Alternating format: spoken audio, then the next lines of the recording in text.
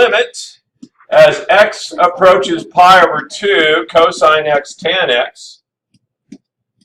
So if you plugged in pi over 2, you would note that this is 0. You would note that this is undefined, which is 1 over 0. And if you got 1 over 0, you got 0 over 0, which leads to the frowny face. You know what to do next when you get the frowny face, don't you? What do you do next? It's Jean Greco. What do I do next when I get the frowny face?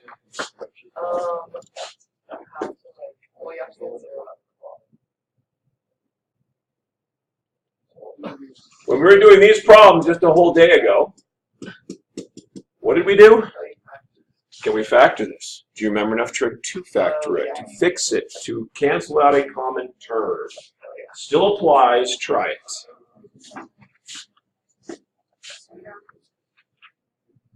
How do I simplify cosine x tangent x?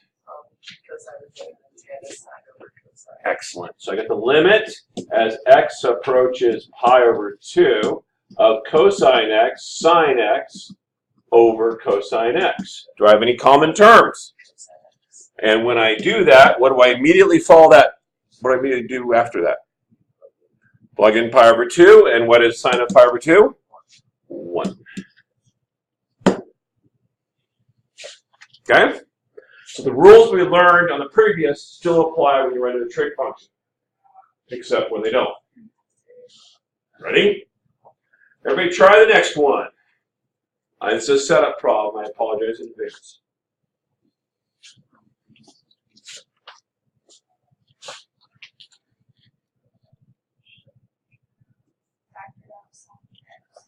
That's not the first step, but you jumped 2 steps. Can I plug in 0 first?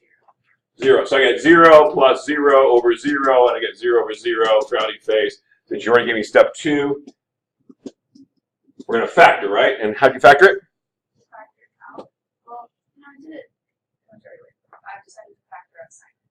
Okay, excellent choice, because that's the only way I can figure out you can factor anything.